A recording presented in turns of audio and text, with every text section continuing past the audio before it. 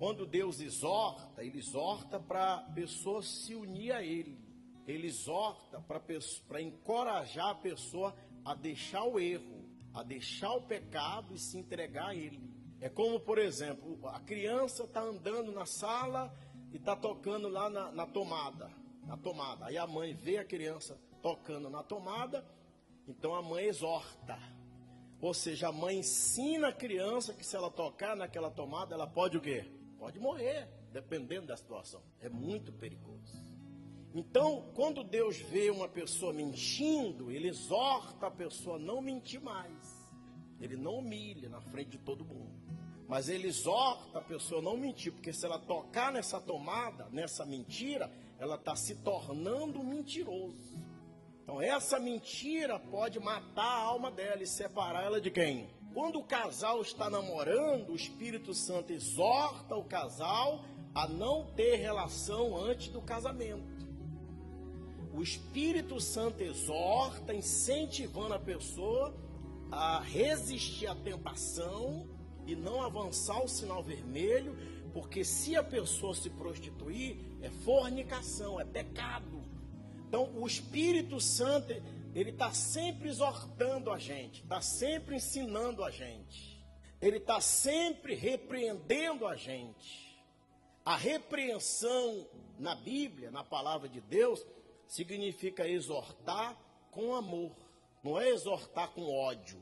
Deus não exorta com ódio, Deus não repreende com ódio, e Deus não se afasta de quem Ele repreendeu, muito pelo contrário, Ele quer a pessoa com Ele.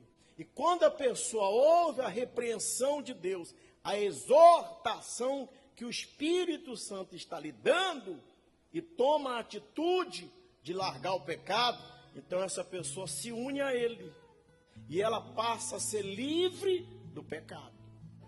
Porque a nossa exortação não foi com engano, tá vendo?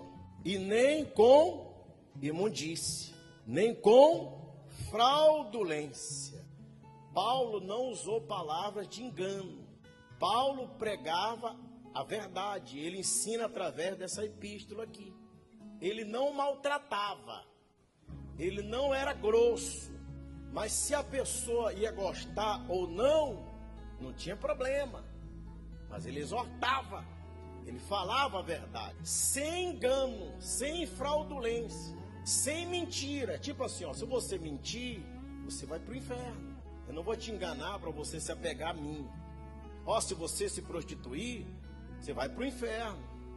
Eu não vou passar a mão na sua cabeça e falar que Deus é contigo mesmo assim, para você continuar na igreja com medo de perder você na igreja. Não. Ele ensinou o evangelho da verdade, que ele aprendeu com Jesus. Então não tinha mentiras, não tinha enganações. Então ele ensinava a verdade. Se a pessoa ia gostar ou não, é com a pessoa, ela que tem que tomar a decisão dela.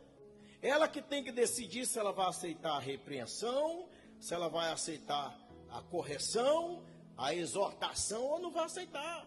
Eu não tenho que me estressar com isso. Eu não tenho que ficar nervoso por isso. É a pessoa que tem que tomar a decisão. A intenção dele foi essa, nessa epístola aqui.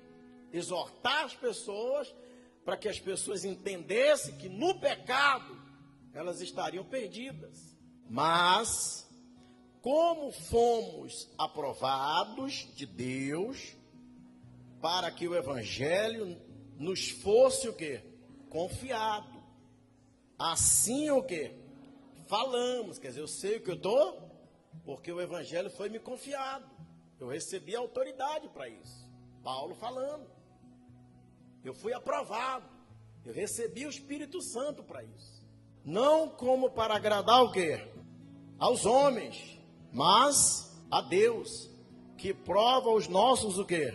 Corações. Está dando para entender? Porque os mestres, na época, aqueles que se acham mestres, ensinavam dentro da igreja o engano.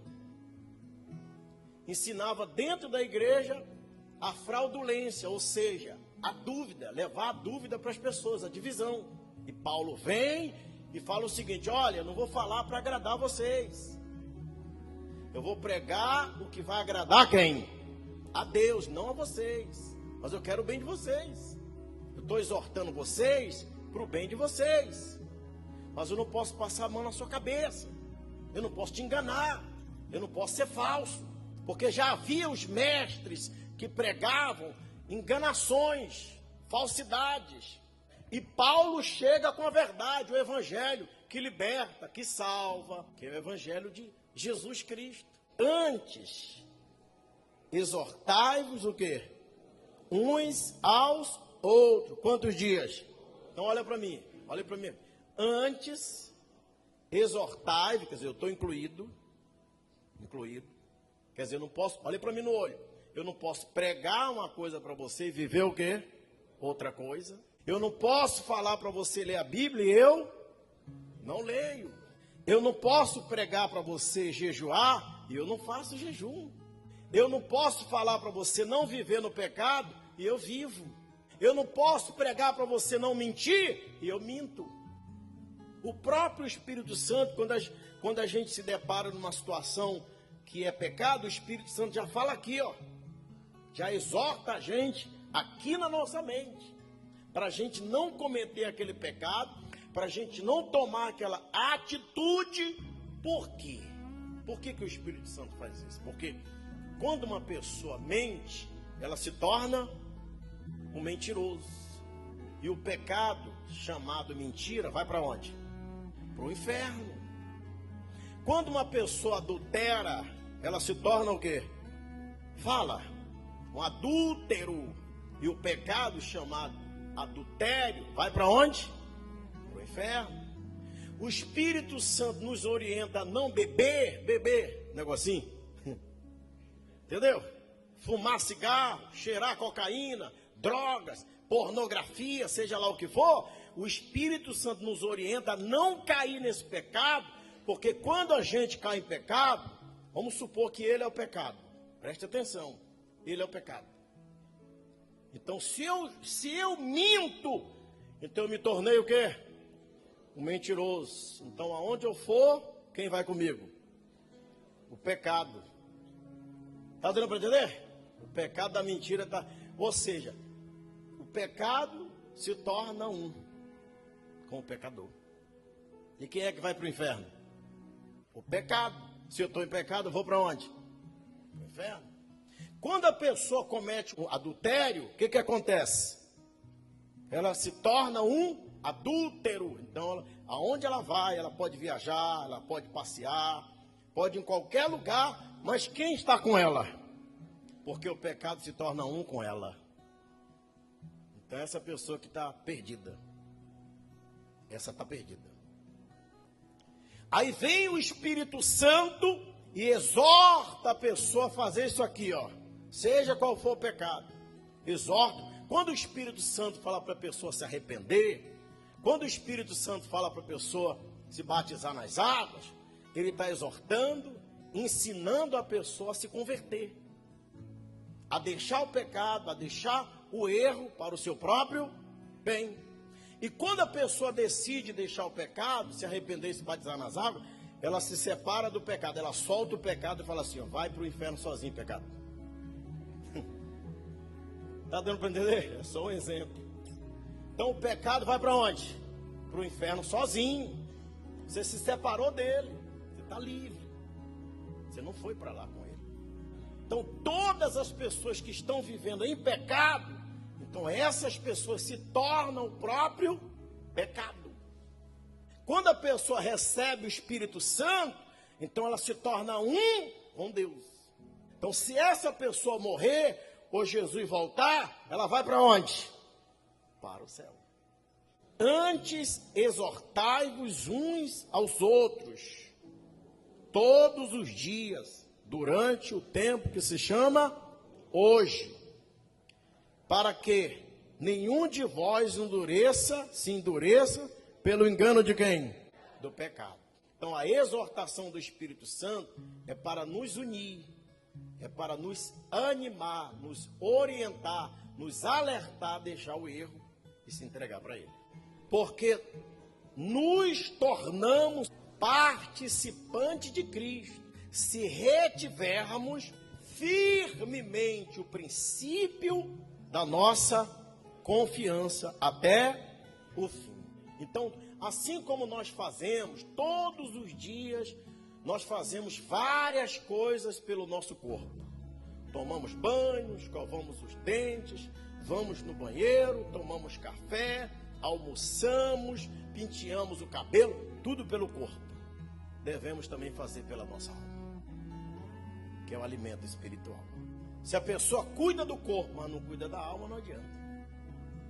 Isso tem que ser todos os dias, porque o Senhor repreende a quem ama, assim como o Pai ao Filho, a quem quer bem. Então o Senhor repreende a quem Ele ama, não é com ódio, não é com raiva, não é humilhando.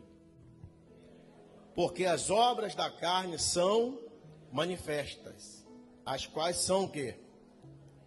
Adultério, fornicação, impureza, não é isso aí? E lascívia, não é isso?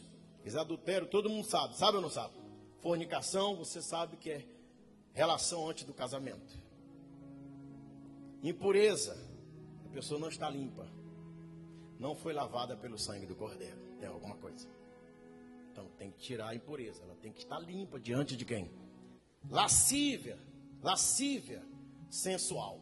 Hoje você sabe que as mulheres do mundo andam quase sem roupa, sensualidade desenfreada. E você, homem, tem que se cuidar. Você, homem, não, nós, homens. Lascívia, pecado.